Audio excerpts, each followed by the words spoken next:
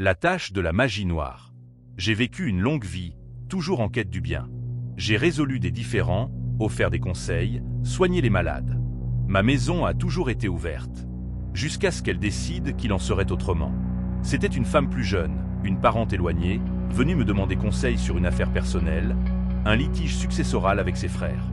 J'ai écouté, j'ai offert des conseils équitables, basés sur nos coutumes et les enseignements du Coran.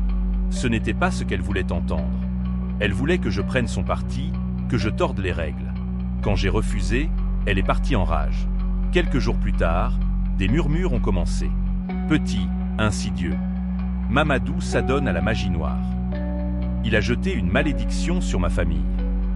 Il a utilisé son pouvoir pour voler mon héritage légitime.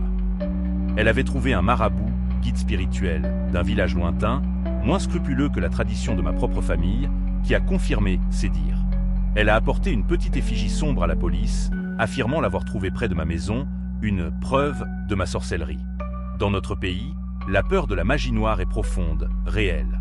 Elle contourne la logique, les preuves.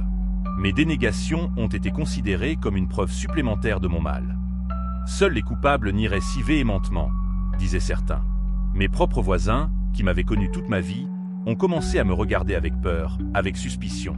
Je suis emprisonné non par des barreaux d'acier, mais par une toile de peurs ancestrales, exploitée par l'avidité et la malice d'une femme. La tâche de la magie noire. C'est pire que n'importe quelle peine de prison. Elle consume votre âme même, l'œuvre de votre vie, votre bon nom.